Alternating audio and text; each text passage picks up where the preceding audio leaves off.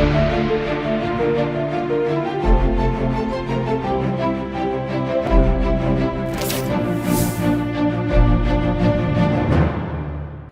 मैं हूं रत्ना और आप देख रहे हैं सी न्यूज़ भारत। आए रुख करते उत्तर प्रदेश बुलेटिन की ओर। बात होगी ललितपुर की, जहां एक युवक और युवती के बीच हुए विवाद का वीडियो सोशल मीडिया पर वायरल हो गया। साथ ही बात होगी महाराजगंज की, जहां Ken Fount academy senior secondary school में मातृ दिवस के अवसर पर भव्य कार्यक्रम आयोजित किया गया। ऐसी तमाम खबरों पर विस्तार से चर्चा करेंगे।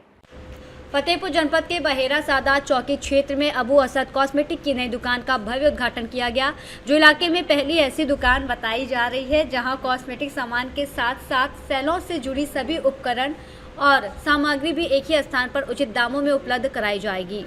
दुकान का उद्घाटन मुख्य अतिथि जफर सलमानी ने फीता काटकर किया। इस अवसर पर पूर्व प्रधान ताज आब्दी, पत्रकार मोहम्मद अब्बास, हाफिज मोहम्मद खलील, मोहम्मद इदरीस आदि शामिल रहे। स्थानीय व्यापारियों ने इस दुकान के खुलने पर खुशी जताते हुए कहा कि अब उन्हें छोटे छोटे सामानों के लिए खागा या फतेहपुर नहीं जाना पड़ेगा, जिससे समय और पैसे दोनों की बचत होगी। सभी ने हाफिज मोहम्मद खलील सलमानी और तनवीर सलमानी को इस नई शुरुआत के लिए शुभकामनाएं दी और उनके उज्जवल भविष्य की कामना की। फतेहपुर से सी न्यूज़ संवाददाता शहनशाह आब्दी की रिपोर्ट। ललितपुर शहर के स्टेशन रोड इलाके में आज एक मोबाइल शॉप के बाहर युवक और युवती के बीच हुए विवाद का वीडियो सोशल मीडिया पर वायरल हो गया, जिसमें किसी बात को लेकर दोनों के बीच पहले तीखी बहस होती दिखाई देती है और फिर युवती युवक को थप्पड़ मार देती है, जिससे गुस्साए युवक ने पास पड़ी ईंट उठाकर युवती की ओर बढ़ने की कोशिश की। हालांकि मौके पर मौजूद लोगों ने तुरंत बीच बचाकर स्थिति को संभाल लिया और बड़ा हादसा टल गया। बताया जा रहा है कि विवाद किसी निजी बात को लेकर हुआ था। पुलिस मौके पर पहुंचकर मामले की जांच में जुट गई है। ललितपुर से सी न्यूज़ संवाददाता विकास सोनी की रिपोर्ट। महाराजगंज जनपद के कोलोही क्षेत्र स्थित Ken Fount academy senior secondary school Rudrapur Shivnath में मातृ दिवस के अवसर पर भव्य कार्यक्रम आयोजित किया गया, जिसमें विद्यार्थियों ने गीत, नृत्य, कविता और नाट्य प्रस्तुतियों के माध्यम से मां के प्रति अपने प्रेम, सम्मान और कृतज्ञता को भावपूर्ण ढंग से व्यक्त किया, जिससे पूरा माहौल भावुक हो गया। कार्यक्रम में मुख्य अतिथि एसएसबी के असिस्टेंट कमांडेंट प्रभाकर चतुर्वेदी, विशिष्ट अतिथि प्रेस क्लब ऑफ महाराजगंज के जिलाध्यक्ष अमित त्रिपाठी, आनंद नगर चेयरमैन प्रतिनिधि राजेश जायसवाल और एसएसबी के हरि मोहन मीना मौजूद रहे। कार्यक्रम का शुभारंभ दीप प्रज्वलन और मां सरस्वती के चित्र पर पुष्प अर्पित कर किया गया। इस अवसर पर विद्यालय प्रबंधक अजय कुमार रामचंद्रन और प्रिया पीएन ने मातृ दिवस के महत्व पर प्रकाश डालते हुए कहा कि मां जीवन की पहली गुरु और सबसे बड़ी शक्ति होती है। कार्यक्रम में उपस्थित माताओं को सम्मानित किया गया और सभी ने मातृशक्ति के प्रति सम्मान व्यक्त करते हुए मातृ दिवस की शुभकामनाएं दी। महाराजगंज से सी न्यूज़ संवाददाता अंगद शर्मा की रिपोर्ट। रामपुर जनपद के थाना अजीम नगर क्षेत्र में हुई चोरी की घटना का पुलिस ने सफल खुलासा करते हुए आरोपी मोहसिन पुत्र मुराद अली को गिरफ्तार कर लिया है और उसके कब्जे से चोरी किए गए सोने चांदी के आभूषण और करीब 16,000 रुपये नकद सहित पूरा माल बरामद कर लिया गया है। पीड़ित की तहरीर पर 9 मई को अज्ञात के खिलाफ मुकदमा दर्ज किया गया था, जिसके बाद पुलिस अधीक्षक के निर्देशन में अजीम नगर पुलिस ने सीसीटीवी और तकनीकी जांच के आधार पर कार्रवाई करते हुए महज एक दिन में आरोपी को दबोच लिया। पुलिस की इस त्वरित कार्रवाई से क्षेत्र में लोगों ने राहत की सांस ली है और आगे की विधिक कार्रवाई जारी है। और जो भी माल चोरी हुआ था उसकी 100% बरामदगी की गई है। बरामद माल की कीमत तकरीबन 10 लाख रुपए है और जो आरोपी है वो उस घर में पहले फर्नीचर का काम किया था, उसके द्वारा रेकी की गई। आरोपी का नाम मौसिम है, इसको गिरफ्तार किया गया है और इसको माननीय न्यायालय के समक्ष प्रस्तुत किया जा रहा है। आपराधिक इतिहास की जानकारी अभी तक नहीं है, लेकिन जानकारी में आएगा तो उनमें भी और निरोधात्मक कार्रवाई की जाएगी। सर, इसने कैसे इस वारदात को अंजाम दिया? जैसा आपको बताया कि फर्नीचर का काम किया था, तो इसको जानकारी थी कि कहाँ पर माल रखा जाता है, कहाँ पर आभूषण ये रखे गए हैं, तो इसको जानकारी थी। उसी मैं ये टोह लगा रहा था कि कब घर खाली रहेगा, उस दौरान ये वारदात को अंजाम दी। तो चोरी किया गया माल सब पूरा बरामद है? हाँ, पूरा बरामद। इसके अलावा और भी इसमें शामिल हो? जिस तरह से घटना हुई है सर फर्नीचर मैकेनिक द्वारा, तो क्या संदेश देना चाहेंगे समाज को? अभी तक जो फर्नीचर का जो काम करने वाला जो आरोपी है, आप लोगों से केवल यही अपील है कि जो भी व्यक्ति आए उसका वेरिफिकेशन कर लें कि उसका किस तरह का इंटेंशन है, क्या कोई रेकी कर रहा है।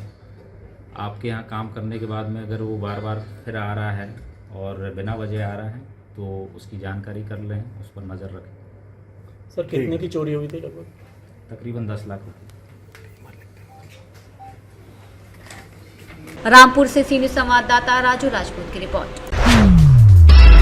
जनपद रामपुर की स्वार कोतवाली पुलिस द्वारा बिलासपुर तिराहे पर रविवार शाम सघन वाहन चेकिंग अभियान चलाया गया, जिसमें बिना हेलमेट 2 पहिया वाहन चालकों को रोककर उनके चालान किए गए और यातायात नियमों का उल्लंघन करने वालों के खिलाफ सख्त कार्रवाई की गई। इस दौरान पुलिस ने वाहन चालकों को हेलमेट पहनने और यातायात नियमों का पालन करने की सख्त हिदायत भी दी। अचानक हुई इस कार्रवाई से क्षेत्र में कुछ देर के लिए वाहन चालकों में हलचल और अफरा तफरी का माहौल बना रहा। रामपुर से सीनियर संवाददाता मोहम्मद तालिब की रिपोर्ट। जनपद शामली के थाना कांधला पुलिस ने प्लॉटिंग साइट पर चोरी की घटना का खुलासा करते हुए 2 शातिर चोरों को गिरफ्तार किया है। यह घटना विगत 29 अप्रैल की है, जब ग्राम हुरजमपुर निवासी जय भगवान की कांधला कस्बे स्थित प्लॉटिंग साइट से इन्वर्टर, बैटरी, जनरेटर की कोयल सहित अन्य सामान चोरी हो गए थे, जिसके बाद थाना कांधला पर मुकदमा दर्ज किया गया था। पुलिस अधीक्षक एनपी सिंह के निर्देश पर चलाए जा रहे अभियान के तहत कार्रवाई करते हुए पुलिस ने इसरार पुत्र यामीन और वासी पुत्र राशिद को गिरफ्तार कर लिया। उनके कब्जे से चोरी किया गया इन्वर्टर, लगभग 500 ग्राम तांबे का तार, घटना में प्रयुक्त प्लास, पेचकस और 2 अवैध छुरे बरामद किए गए हैं। पुलिस ने दोनों आरोपियों के खिलाफ संबंधित धाराओं में मुकदमा दर्ज कर आगे की वैधानिक कार्रवाई शुरू कर दी है। अवगत कराना है कि थाना कांधला द्वारा 2 चोरों को गिरफ्तार किया गया है। इन्होंने पूछताछ में बताया कि इनके द्वारा रात्रि में विभिन्न जगहों से इन्वर्टर, बैटरी और तांबे के तारों को चोरी किया जाता है। इस संबंध में इनके पास से 500 ग्राम तांबे के तार व वह उपकरण जिनसे ये सब ये चोरी करते थे वह बरामद हुए हैं तथा 2 छुरे बरामद हुए हैं। इनका नाम इसरार और वासिद है, दोनों थाना कांधला के रहने वाले हैं। इस संबंध में सुसंगत धाराओं में मुकदमा पंजीकृत किया गया था तथा इनको गिरफ्तार कर आगे की आवश्यक विधिक कार्रवाई की जा रही है। शामली से सीनियर संवाददाता अविनाश शर्मा की रिपोर्ट। बदायूं जिला कोर्ट परिसर में सोमवार को उस समय हड़कंप मच गया जब लगभग 40 वर्षीय कोर्ट कर्मचारी सुधीर संदिग्ध परिस्थितियों में गंभीर हालत में पाए गए। बताया जा रहा है कि वो पहले सहसवान में तैनात थे और बाद में उनका तबादला बदायूं हो गया था, जबकि उनका परिवार अभी भी सहसवान में रहता था। चर्चा है कि वो दोबारा स्थानांतरण कराने की कोशिश कर रहे थे। घटना सीजीएम कोर्ट के सामने बने कमरे में हुई, जिसके बाद परिसर में अफरा तफरी मच गई। स्थानीय स्तर पर कई तरह की चर्चाएं सामने आ रही हैं, हालांकि किसी भी बात की आधिकारिक पुष्टि नहीं हुई है। फिलहाल पुलिस और संबंधित अधिकारी मामले की जांच कर रहे हैं और वास्तविक कारण जांच के बाद ही स्पष्ट होगा। बदायूं से सीनियर संवाददाता प्रताप सिंह की रिपोर्ट। इटावा में साइबर ठगी के एक मामले में पुलिस ने त्वरित कार्रवाई करते हुए अभिषेक वर्मा के खाते से यूपीआई के जरिए ठगे गए 70,000 रुपए वापस दिला दिए हैं। नखासा क्षेत्र के रहने वाले अभिषेक के साथ हुई इस धोखाधड़ी की शिकायत एनसीआरपी पोर्टल पर दर्ज होने के बाद एसएसपी ब्रिजेश कुमार श्रीवास्तव के निर्देशन में साइबर सेल सक्रिय हुई, जिसमें उप निरीक्षक लोकेश कुमार सिंह और उनकी टीम ने बैंक और पेमेंट गेटवे के नोडल अधिकारियों से संपर्क कर तकनीकी कार्रवाई के जरिए ठगी गई रकम को समय रहते होल्ड कर लिया और बाद में पूरी राशि पीड़ित के खाते में वापस कराई गई। इस सफलता में मुख्य आरक्षी विजय कुमार, मनीष कुमार और आरक्षी ब्रजेश गोला की अहम भूमिका रही, जिससे पुलिस की साइबर क्षमता और त्वरित कार्रवाई की सराहना हो रही है। मेरा नाम अभिषेक वर्मा है। मेरे 12 तारीख को मेरी यूपीआई से 70,000 रुपये की ठगी हुई थी, जो कि इटावा साइबर सेल वालों ने ऑनलाइन कंप्लेंट की तो उन्होंने मेरे 70,000 रुपये का पूरा पेमेंट रिफंड करा दिया है। मैं इटावा साइबर सेल का धन्यवाद करता हूँ। इटावा से सीनियर संवाददाता देवेंद्र सिंह की रिपोर्ट। इटावा में लवेदी पुलिस ने 10 दिन पहले हुई ऑटो लूट की घटना का खुलासा करते हुए शातिर अपराधी विनय कुमार चौहान उर्फ मनु को गिरफ्तार कर लिया है। वरिष्ठ पुलिस अधीक्षक ब्रिजेश कुमार श्रीवास्तव के निर्देशन में ददौरा पुलिया पर की गई घेराबंदी के दौरान पुलिस ने उसे उस समय पकड़ा जब वो लूटा हुआ ऑटो लेकर जा रहा था। तलाशी में उसके पास से एक लोडेड तमंचा और कारतूस भी बरामद हुआ है। हालांकि उसका एक साथी अंधेरे का फायदा उठाकर फरार हो गया। पूछताछ में आरोपी ने लूट की वारदात को स्वीकार किया है और पुलिस उसके फरार साथी की तलाश में दबिश दे रही है। इस कार्रवाई को लवेदी थाना प्रभारी अनिल कुमार विश्वकर्मा की टीम ने अंजाम दिया है। अपराध एवं अपराधियों के विरुद्ध प्रभावी कार्रवाई के क्रम में थाना लवेदी पुलिस द्वारा विगत दिनांक 1/5/26 को ऑटो लूट की घटना का अनावरण किया गया है। इस प्रकरण में एक अभियुक्त को आवश्यक बल प्रयोग करते हुए गिरफ्तार किया गया है। गिरफ्तार अभियुक्त का नाम विनय कुमार उर्फ मनु, निवासी नवादा खुर्द, थाना लवेदी है। इसका एक अन्य साथी अंधेरे का फायदा उठाकर भागने में सफल रहा, जिसे भी शीघ्र ही गिरफ्तार किया जाएगा। इस अभियुक्त के कब्जे से लूटा गया ऑटो, साथ ही एक तमंचा 315 बोर, एक खोखा कारतूस 315 बोर भी बरामद किए गए हैं। शीघ्र ही इसके अन्य साथी को गिरफ्तार करते हुए प्रकरण में कठोर विधिक कार्रवाई शुरू की जाएगी। इटावा से सीनियर संवाददाता देवेंद्र सिंह की रिपोर्ट। कन्नौज के छिबरामऊ सामुदायिक स्वास्थ्य केंद्र में इलाज के नाम पर अवैध वसूली और अव्यवस्थाओं को लेकर सोमवार को मरीजों में भारी आक्रोश देखने को मिला। आरोप है कि कमरा नंबर 1 में इंजेक्शन और दवाओं के नाम पर 120 रुपए की वसूली की जा रही है और पैसे ना देने पर मरीजों को बिना इलाज लौटाया जा रहा है। वहीं अस्पताल में पीने के पानी की व्यवस्था न होने और चिलचिलाती धूप में मरीजों को घंटों इंतजार करने की मजबूरी से हालात और बिगड़ गए। सर्वर खराबी और पर्चा न बनने की समस्या के कारण गर्भवती महिलाओं को एम्बुलेंस भी नहीं मिल सकी और उन्हें निजी वाहनों से वापस जाना पड़ा, जिससे ग्रामीणों में नाराजगी बढ़ गई है और उन्होंने पूरे मामले की जांच कर दोषियों पर सख्त कार्रवाई की मांग की है। लीता आप कहाँ पर आए, कौन से अस्पताल में आप आए? कैसी व्यवस्था है? अरे व्यवस्था देखो ना, धूप सब लोग खड़ी हैं, बीमार हो जाए, गिर पड़ी बेहोश होके। अच्छा, यहाँ पर आप दवाई लेने के लिए, सही होने के लिए आ रहे हैं और यहाँ पर धूप में खड़े होकर परेशानी सामना करना? बहुत परेशानी। क्या मांग है आप लोगों? मांग कोई अच्छी जगह की व्यवस्था हो। आभा कार्ड नहीं तो दवा नहीं, आभा कार्ड नहीं दवा नहीं। अच्छा, पहले इससे पहले व्यवस्था कैसी थी, अब कैसी है? पहले तो सही, 4-5 दिन पहले सही थी। अच्छा, अब व्यवस्था सही खराब हो गई? हाँ, बहुत खराब है। तो लाइन देखो ना कितनी बड़ी लाइन, सब धूप खड़ी। सारे लोग धूप में हैं? सब लोग धूप में, कोई व्यवस्था का ये है। गर्मी इतनी ज़्यादा है, कुछ पूछो ना। कहाँ पर दवाई लेने आप आई? यहाँ सरकारी अस्पताल में दवा लेने आए। कैसी व्यवस्था है क्या? यहाँ अच्छी व्यवस्था नहीं है। अच्छा, यहाँ बहुत दिक्कत हो रही है, बीमार और ज़्यादा हो जा रहे हैं।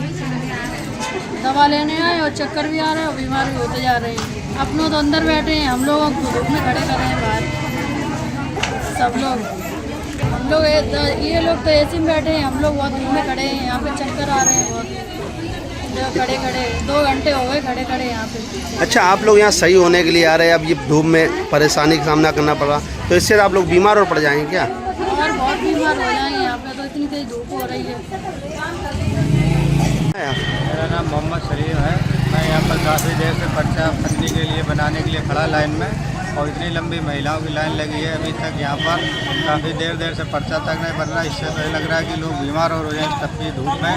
लोगों का मतलब पसीना भी चूर रहा है, लोग मतलब यहाँ पर खड़े चक्कर खा रहे हैं। तो आप लोग इसमें कुछ नए तरीके से पर्चा बनाने की कोशिश करें। अच्छा, इससे पहले व्यवस्था कैसी थी, अब कैसी है? पहले ठीक थी, लेकिन अब तो ज़्यादा खराब है।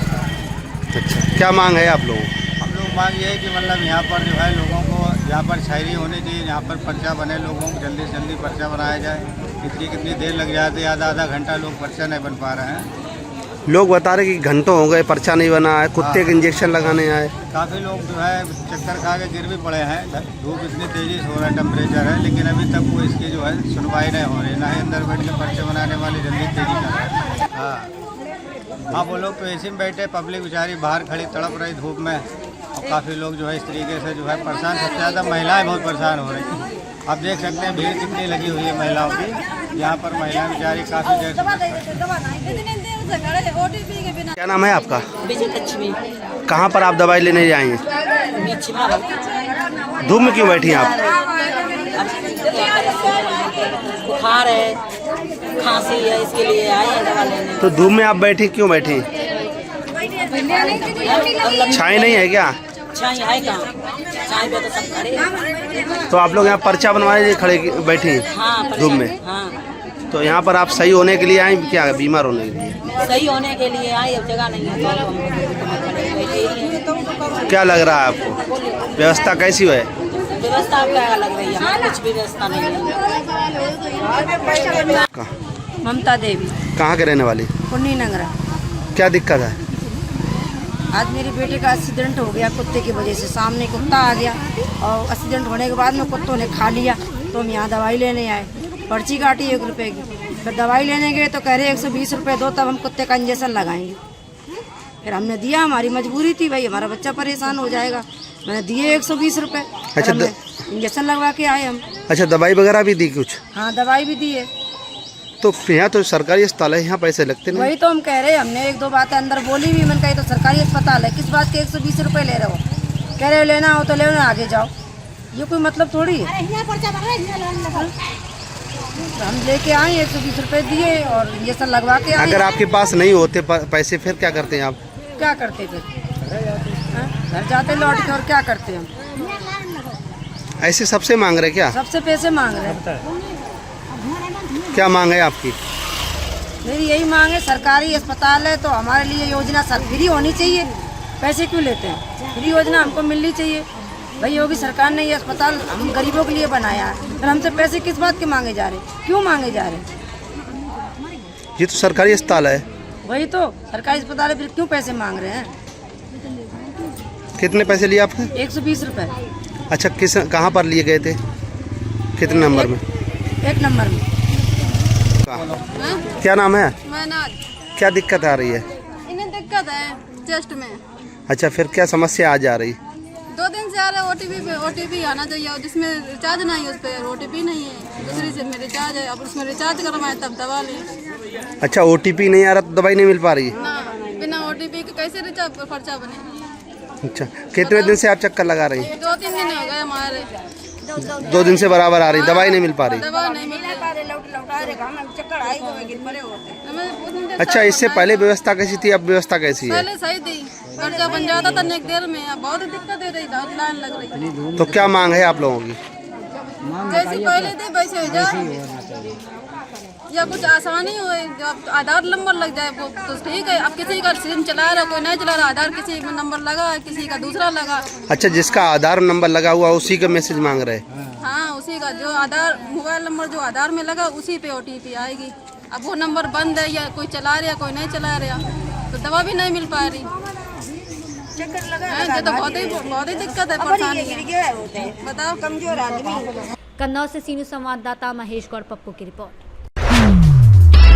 जनपद ललितपुर की तहसील महरौनी में हुए भीषण सड़क हादसे ने पूरे क्षेत्र को गहरे शोक में डुबो दिया है। अयोध्या से लौटते समय हुए इस दर्दनाक हादसे में एक ही परिवार के कई सदस्यों की मौत हो गई, जिसके चलते पहले दिन 6, दूसरे दिन 2 और तीसरे दिन एक अर्थी उठने से पूरा माहौल बेहद गमगीन रहा और इसे क्षेत्र की सबसे बड़ी त्रासदी बताया जा रहा है।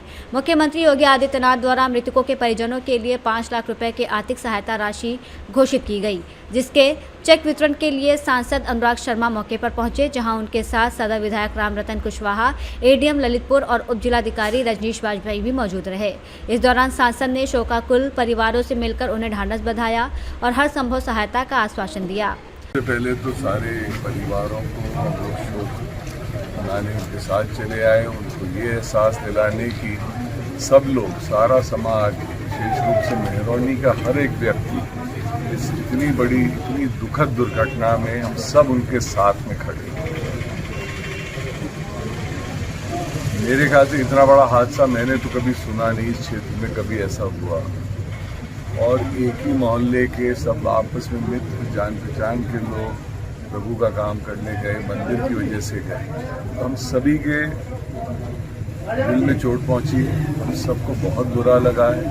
इतने सारे युवा थे इसमें जिनको अभी अभी जिंदगी शुरू हुई थी, उनकी छोटी छोटी बच्चियां हैं। माननीय मुख्यमंत्री जी से हम लोगों ने जब मांग की, माननीय विधायक जी ने, माननीय मंत्री जी ने, जिला पंचायत अध्यक्ष जी ने, हम सभी ने मिलकर, तो आज उनके खातों में आज शाम तक या कल सुबह तक 5-5 लाख रुपए ट्रांसफर हो जाए। जिनकी छोटी बच्चियां हैं उनके लिए विशेष रूप से सरकार की एक स्कीम है छोटे बच्चों को आगे पढ़ाने के लिए। अभी एडीएम साहब से बोल दिया गया है कि इनकी स्कूल की फीस माफ़ हो जाए, तो इनकी कोई वादा नहीं आए इनकी पढ़ाई लिखाई में। तो इन लोगों के लिए एक सरकार की योजना है, अगर उसमें क्वालिफाई कराने की हम कोशिश करेंगे तो उसमें इनको 4-4.5 हज़ार रुपये प्रति महीने की पैसे मिलते रहेंगे। शिक्षा वादा नहीं, आगे बाधा नहीं आएगी। दूसरा एक 30,000 रुपये और मिलते हैं ऐसे एक्सीडेंट दुर्घटना में, पारिवारिक उसमें, वो भी दिलवाने की व्यवस्था करवा रहे हैं, वो भी कुछ दिनों में आ जाएगा। फिर जो क्लेम व्लेम है वो होते रहेंगे। कुछ बच्चियाँ मृतकों की और विकलांग भी हैं, तो उनके लिए घर बनाने के लिए। ललितपुर से सीनू संवाददाता राकेश कुमार वैद की रिपोर्ट। बुलेटिन में फिलहाल इतना ही। देश और दुनिया की तमाम बड़ी खबरों के लिए देखते रहिए सी न्यूज़ भारत।